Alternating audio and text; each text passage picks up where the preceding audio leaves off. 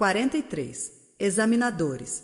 Reunião pública de 15 de junho de 59. Questão número 258. Observando a Terra do ponto de vista espiritual, podemos compará-la à imensa escola com vários cursos educativos. O aluno inicia o aprendizado pelo número de matrícula. O espírito começa o grande estágio carnal pela certidão do berço. O primeiro ingressa na classe que lhe compete. O segundo é conduzido ao ambiente a que mais se ajusta. Pequeninos sorriem no jardim da infância, ensaiando ideias da vida. Almas primitivas, na verdura da selva, adquirem noções de comportamento. Há crianças, nas letras primárias, dominando o alfabeto. Há irmãos, em lutas menores, penetrando os domínios da experiência. Existem jovens, nos bancos da instrução intermediária, disputando conquistas mais altas. Possuímos inúmeros companheiros em uma tarefa importante, marchando para mais elevados conhecimentos. Contam-se ainda aqueles que se ergueram às instituições de ensino superior, buscando a especialização profissional ou científica, de modo a participarem da elite cultural, no progresso da humanidade. Vemos, igualmente, corações amadurecidos a transitarem na universidade do sofrimento, procurando as aquisições de amor e sabedoria que lhes confiram acesso ao escol da sublimação, na espiritualidade vitoriosa. Assim, pois, se te vês no círculo das grandes aflições ou dos grandes problemas, é que já ascendeste aos centros de adestramento maior para a assimilação de virtudes excelsas. Recebe, desse modo, os parentes difíceis e os amigos complexos, os adversários gratuitos e os irmãos desafortunados, tanto quanto aqueles que te apedrejam e ferem, perseguem e caluniam, por examinadores constantes de teu aproveitamento nas ciências da alma, por instrutores na luta cotidiana. Cada um deles, ora a ora, te examina o grau de paciência e serviço, caridade e benevolência, perdão e fé viva, bom ânimo e entendimento. E lembrando-te de que o próprio Cristo sofreu ironia e espancamento entre eles, no dia da cruz, acerena-te na banca de provas em que te encontras, aprendendo a valorizar, em teu próprio favor, o poder da humildade e a força da compaixão. 44. Na Grande Barreira. Reunião pública de 19 de junho de 59. Questão número 159. A crônica terrestre costuma anotar esse ou aquele acontecimento em torno da morte dos chamados grandes do mundo. Carlos V, da Espanha, soberano de vasto império, termina os seus dias na penumbra do claustro, experimentando o féretro que lhe carrearia o corpo para o sepulcro, afeição de obsesso vulgar. Elizabeth I, da Inglaterra, depois de manobrar largamente o poder, separa-se do trono, rogando, desesperada: Senhor, Senhor, cedo todo o meu reino por 1 minuto a mais de vida. Molière tem os próprios restos sentenciados ao abandono. Napoleão, o estrategista coroado imperador, plasmou com punhos de bronze o temor e a admiração em milhões de súditos. Mas não soube guerrear o câncer que lhe exauriu a força vital na solidão de Santa Helena. Comte, o fundador do positivismo, superestimando o próprio valor, grita, desapontado, perante a fronteira de cinza, que perda irreparável.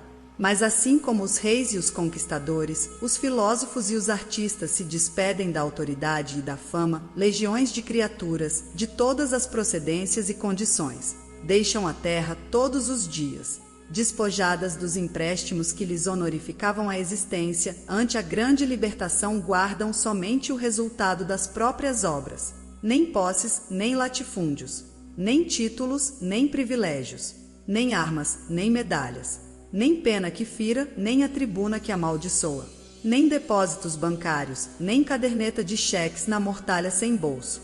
Imobilizam-se e dormem. E acordam buscando os planos em que situaram os sentimentos, dando a impressão de estranha ornitologia nas esferas do espírito.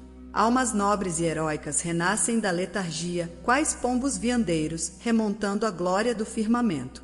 Corações dedicados à virtude e à beleza recobram a atividade como andorinhas, sequiosas da primavera. Preguiçosos despertam, copiando o insulamento das corujas que se aninham na escuridão.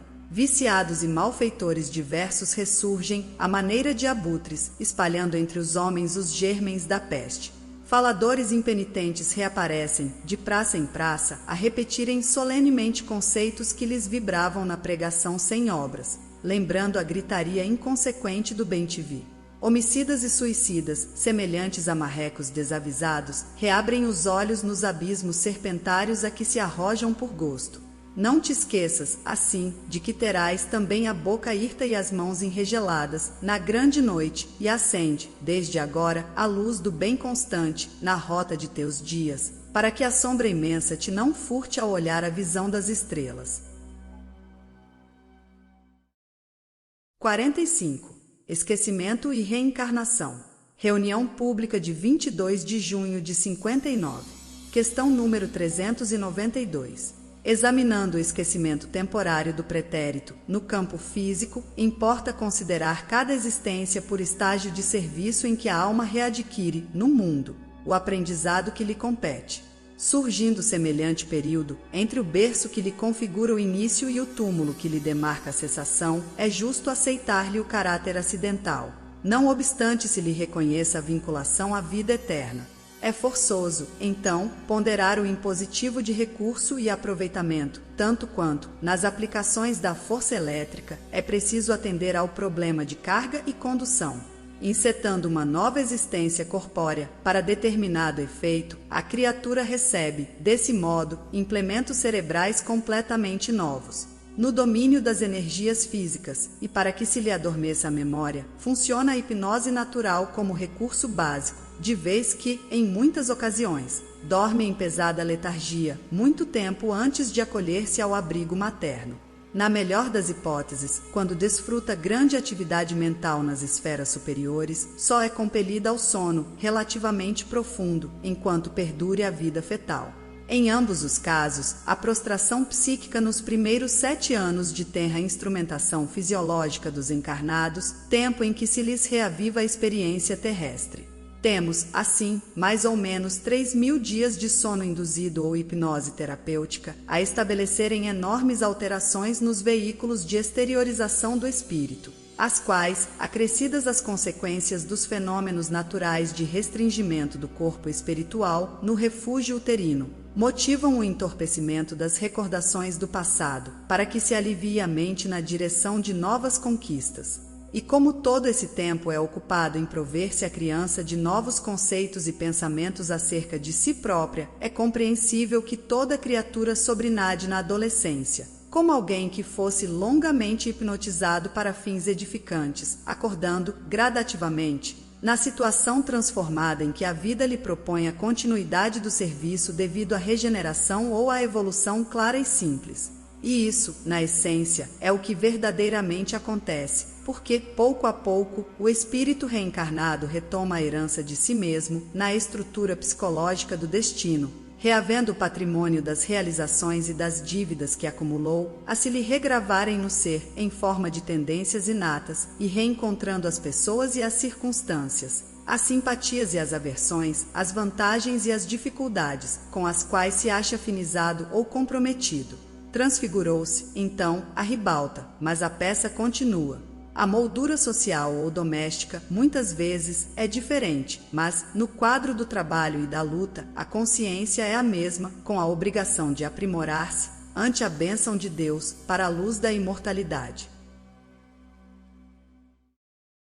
46. Trabalha servindo. Reunião pública de 26 de junho de 59.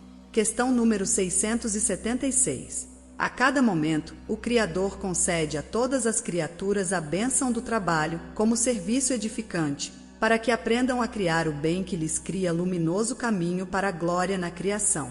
Não permitas, portanto, que o repouso excessivo te anule a divina oportunidade. Assim como o relaxamento é ferrugem na enxada, a benefício do joio que te prejudica a seara, o tempo vazio é flagelo na alma, em favor das energias perniciosas que devastam a vida. Não há corrosivo da ociosidade que possa resistir aos antídotos da ação. Não acredites, desse modo, no poder absoluto das circunstâncias adversas a se mostrarem constantes nos eventos da marcha.